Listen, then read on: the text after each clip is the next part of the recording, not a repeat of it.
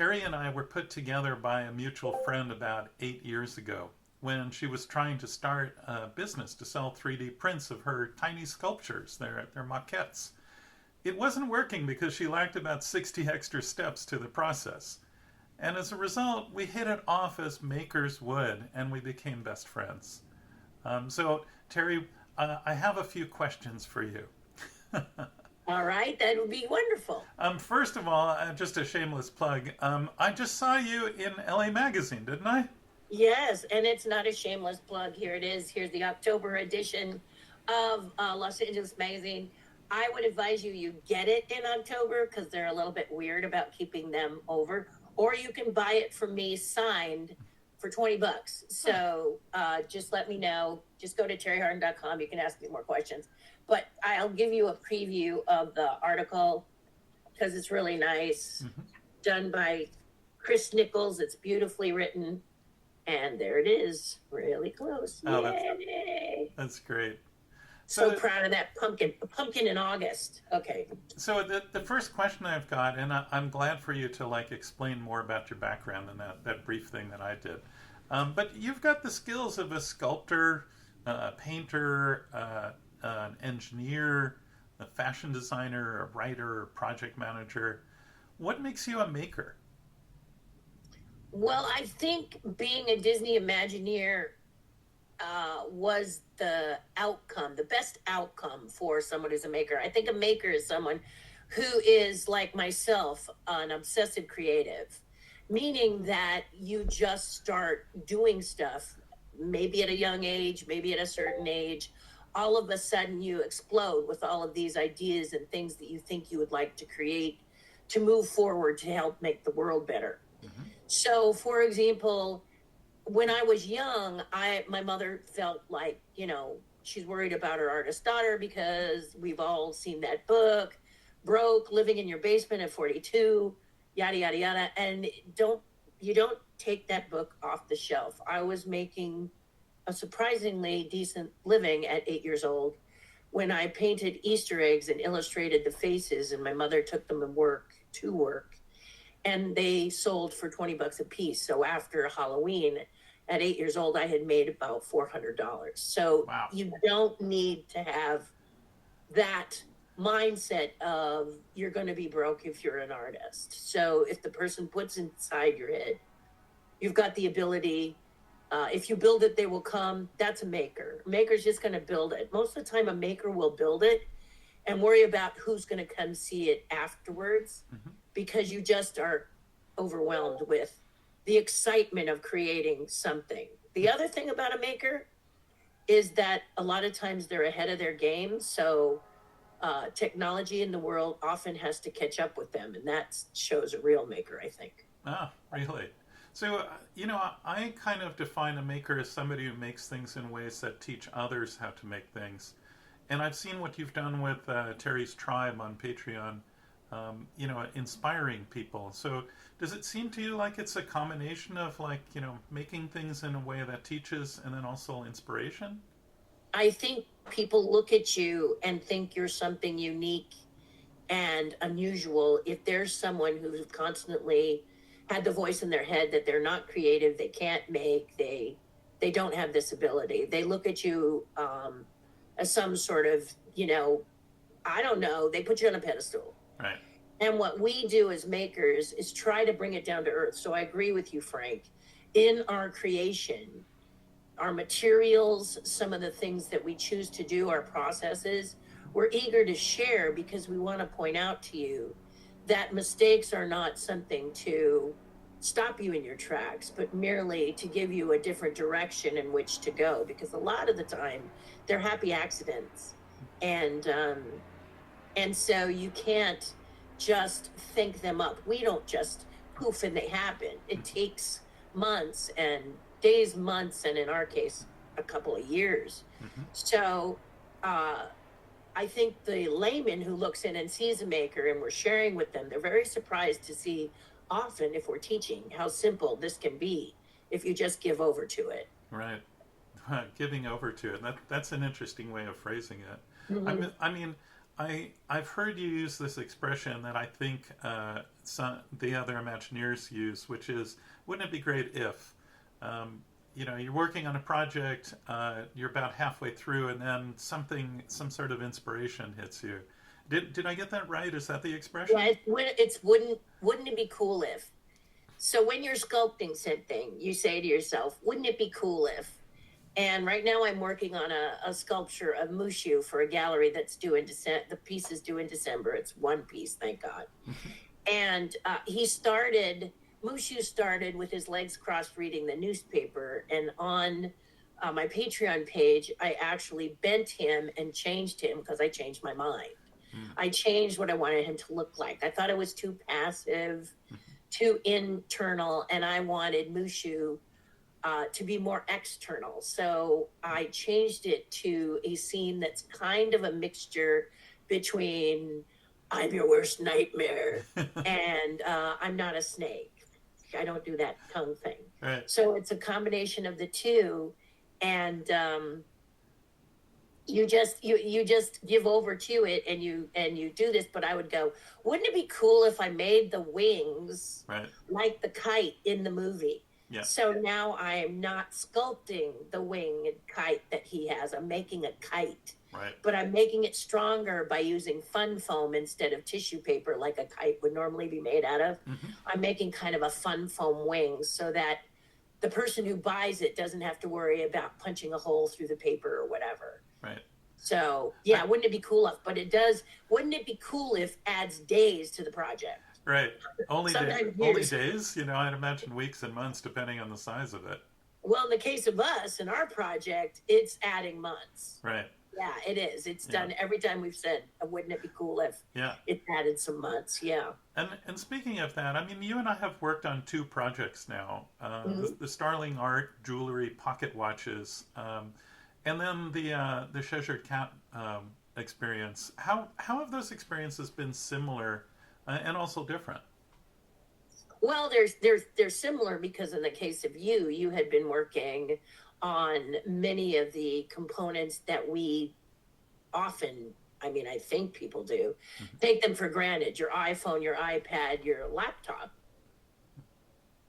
is taken for granted because we act as though nowadays that this has always been something we do. And if your Zoom call goes down or you for some reason don't have a good connection with Egypt or Australia, you have to sit back and think, wait a minute, I'm punching a button and I'm talking to Egypt or Australia or the UK face to face. I mean, we're in the same state, but we're not.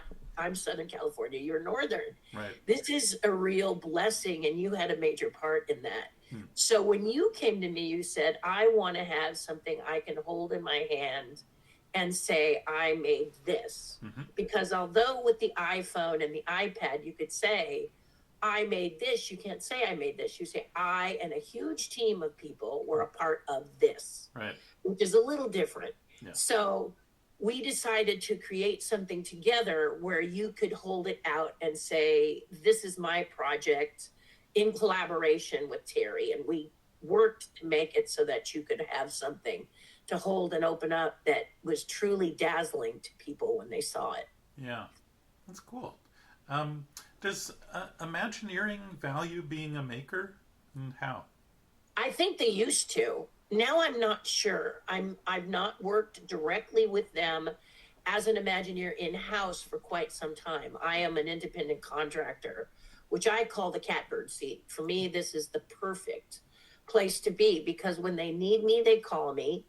We work out a contract and then I work for them for a limited time. And then it's like putting somebody back in the box and setting them on the shelf till the next time they need you. Right. And this is really great for me because I'm able to work on a project with them and then, or decide if I don't want to do it. Right. Because I'm 68 now, I'm semi-retiring and I'm also very choosy about toxic people that I might be working with. Right. So certain people are working on certain projects, and I'm not saying just Disney, this applies to Muppets as well. Hmm. If there's someone that I find toxic, I have to really think as to, do I want to do this project? I love all the other people. This is a lot of fun. But if I'm going to be one-on-one mostly with a toxic person, part of me says I'm going to have to let that go, because there's a lot of people who will be eager to be with the Muppets as I was for many, many years. Right. And sometimes they'll call me to do a little something, and that's great, because my journey is going to be now into more things that are like you and I are doing. Well, more of my own art, more of your own art, Hmm. less, somebody's, the characters that are already established. Let me just say that. Yeah, that makes a lot of sense. I get asked this now because of my association with you, but how do any of us become Imagineers? Well, I think first of all, you've got to ask yourself if you are one. And if you're someone who is grabbing your mom's toaster and making it into a plane, that's a real strong indication. Yeah. Putting it back is a strong indication. In my case, I built a lot of puppets as a young person, and I stole the cushions out of my parents' couches. So my mom would go sit down on the couch and go, "Okay, what happened to my cushion?" Right. I'm like, Yeah, that's right. Yeah. and she would just be, Yeah. you Yeah. know. Yeah. But I didn't have the money, and I was very resourceful, so Right. I would grab Yeah. the cushions. And this is a great way to become Imagineer. The Yeah. secret to being Imagineer nowadays, as opposed to when I was applying to be an Imagineer, when I was an Imagineer, was applying to be a Disney Imagineer, which was a dream of mine as well, like many of the people out there. I had to take a portfolio around and see if I could get the interview. And I had to knock on a lot of doors, and I had to keep a stiff upper lip, and I had to have a portfolio, this Right. giant thing. Yeah. But now you can have your portfolio on an iPad, and you have this wonderful thing called social media and the internet. Now, social media isn't all good, Yeah. but it is very good when it comes to showing what you can do and how you do it. Hmm. The only thing I advise an artist to do is to think like an Imagineer. So Imagineering covers a huge spectrum of things to do. Let's say you want to be ride creation or concept art, or you want to build, or you want to do fur and feathers, as we call it, which is to do the figure finishing on all the creatures that animate, so on and so forth. But basically, you should ask yourself while you're sitting at home, if I were asked to create something at Disneyland, what would it be? And then I suggest you create it at home. Right. Whether it's drawings and layouts, and then you do little models to better show someone what it looks like. And then I would be putting it on social media as you go. Right. And then I would also say what your goal is. So you don't just show off your artwork page after page after page after art Yeah. without any kind of comment to the effect of, this is what I'd like to be doing for my career. Right. I mean, that's really how you do it. Here, I've just done this. I've just built the Matterhorn in my backyard. Mhm. Like. Okay. You have to say. Yeah. And what I'd really love Yeah. is to do it for Disney Right. or Universal, whoever you want. You have to say that. And you'd be surprised how often they are watching. And then they will reach out to you. And then the only thing you have to think about is, what's your fee going to be to work with them? Right. I work with kind of budding artists a lot. Just recently, I hired a teenager to like edit some videos of mine, and what I realized is that this was going to be like her first professional job, and establishing her hourly rate seemed really important. At this phase of her budding career. So I told her, I said, look, you should be at a minimum of $50 an hour. It might be that I'm only going to pay you for a couple of hours per video, even though you're going to be putting in more work than that. But that would establish what your rate is going to be, long term. Do you find that you're doing the same kind of thing with other artists that you meet? Well, my journey has been that you start out with an hourly rate because you're a beginner, you're finding your way, you're a little slower. Yeah. But then what happens is if you do it often enough, you're so fast, an hourly rate doesn't work. Mm. It's not enough. Right. So you have to know that transition between I'm doing it in an hourly rate and making a decent wage for what I'm doing Mm-hmm. to an hourly to maybe a flat rate, which more and more companies and people who hire you, they want the flat rate. They don't want to know per hour because they can't budget. They have to guess at the hours and what if you take longer and so on and so forth. Right. So you give them a flat rate. So I'm working on a little piece here now that's a little ensemble tiki bird, Mm-hmm. and a young boy got it, and we are sculpting the head and then making him look attractive because it was just a busted up little body. It had no mechanisms in it or anything. And the father said, could you just give us what it will cost? That's a flat rate. Right.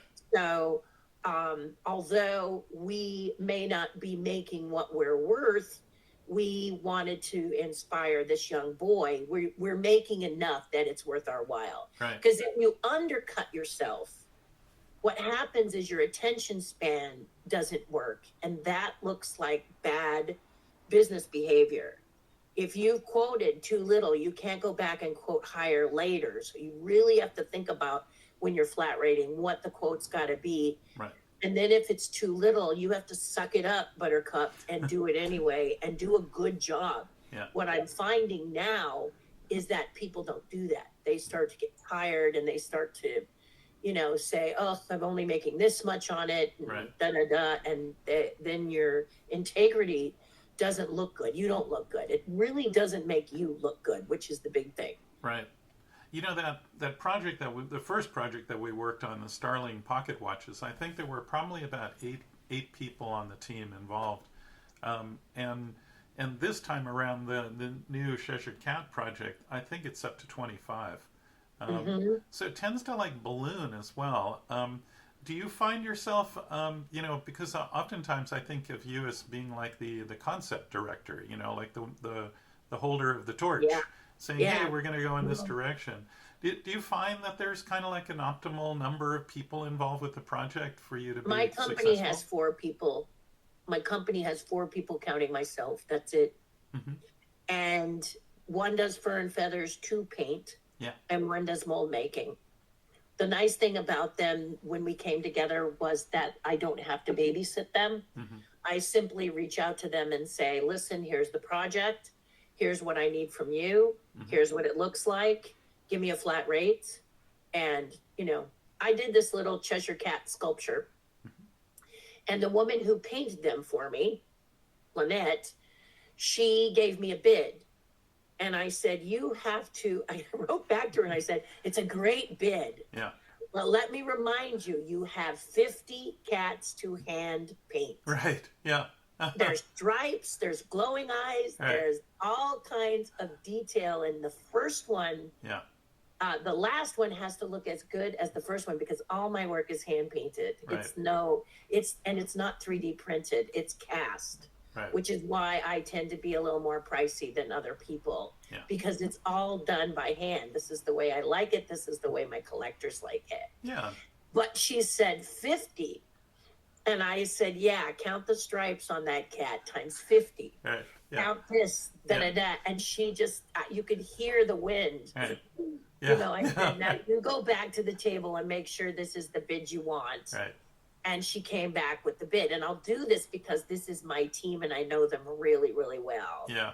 So in the case of one of the other ones that I have, he would tend to say, I ran into trouble. I need a little bit more money. And I would tell him, I'd rather you plan for that trouble. Right. And then if it turns out you had no trouble and you want to give me a little break, Right. that's great. But trying to pull money out of what I've already budgeted is not cool. Right. So he is truly a magical being. So I told him, don't swim too much in the magic, even though he's really amazing. I don't think there's anyone who can do as much as he does, but he's really, really good about thinking about it and then saying, okay, Yeah. I think it's going to be this, but if it turns out it's easier, then I'll only charge you this. That's fine, because then I'll budget for the high end, and that's what you have to do if you're a freelancer like myself. Mm-hmm.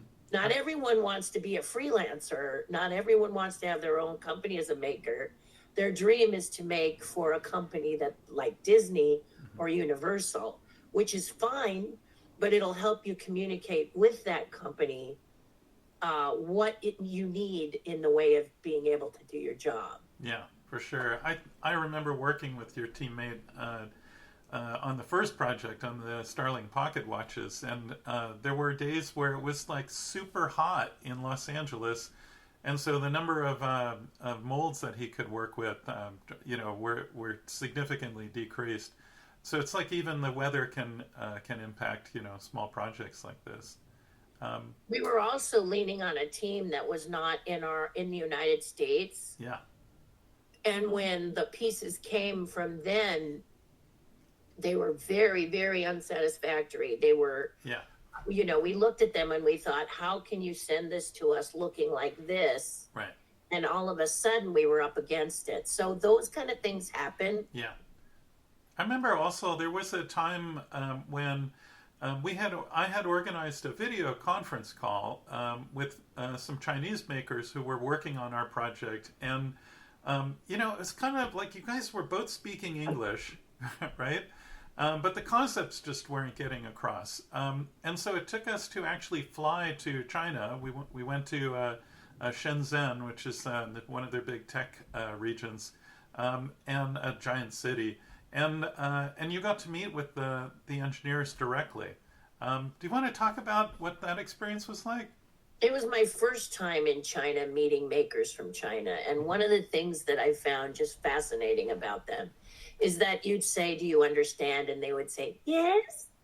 And you'd say, so you can do this? Yes. Is the sky red? Yes. And all of a sudden you realize that they were just, bless their hearts, they just so wanted to please that everything was yes. Right. So you realized that what you thought was a legitimate answer was not. So we would get a couple of things back that just did not look like anything we had described or done. So right. We decided to fly over there, which I'm so grateful to you for that. Yeah. Because when we were in Shenzhen, they kept looking at me. I had brought some of my sculptures with me, and they held several of them in their hands and said, what program is this? And I said, no program. And they'd go, no, I mean, what 3D printed it? And I'd say, no, this. It starts as a ball of clay, and then it morphs into this. Right. And it was really hard for them to follow that. They just, when it finally clicked, they looked at me as if I had descended from heaven. Yeah. And that was really a wild experience to have them hold it and touch it and say, I use little tools. Right. I use little, everything is sculpted by hand, cast up by one of my team members, right. hand painted by another painter. And then the experience is all right. hand done. So that's why small editions. That's why I have small editions. I've seen your process when you're actually working with your team members, and then also when we were in China, and it strikes me that your expectation might be similar to what you learned from Imagineering, which is, nobody is looking for perfection or for like, there's no like science that you're looking for somebody to work on a component of a project. Instead, you want them to add their art, their kind of like their inspiration for what they think the project is about. So it's not just like you give them a document that has ones and zeros on it, and you expect the ones and zeros to come back in the same order. Mm-hmm. Correct.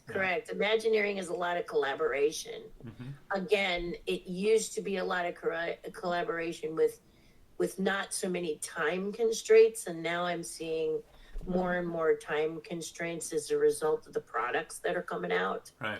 So I'm concerned about that, because also they're trying to, Disney's particularly is trying to bundle Walt Disney World and Disneyland together, and they It can't do that. It doesn't work. The Right. collector on the West Coast, which is Disneyland, is very different from the collector on the East Coast, which is Walt Disney World. Right. And it's not any kind of hierarchy or any kind of, it's about the people on the West Coast are really, really about being on model, that the piece has to look like the characters you are creating. Right. And in Walt Disney World, they seem to be a little more free about you inputting your own spin on it. So Right. there's a lot of artists that do this wild stuff with the characters Yeah. that sell in Walt Disney World but will not move over in Disneyland. They Yeah. don't. I don't know what you're doing there, but that's Right. not going in my house. Right. Well, Terri, this has been a great time to talk to you and ask you these questions.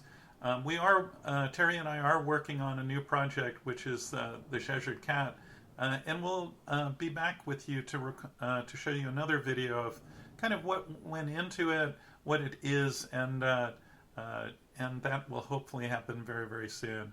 Yep. So Yes. 3 years in the making. yeah, exactly. So patience was a big one. Mhm. And So- still is. Yeah. So thank you everybody for looking and watching, and hopefully this is the start of a dialogue with us. You can reach us through the starlingwatch.com website or through Terri's Patreon. If you go to patreon.com and search for Terri Hardin, you'll find it. Thank you very much, Terri. I appreciate you having this fun dialogue. Thank you, Frank. This is amazing.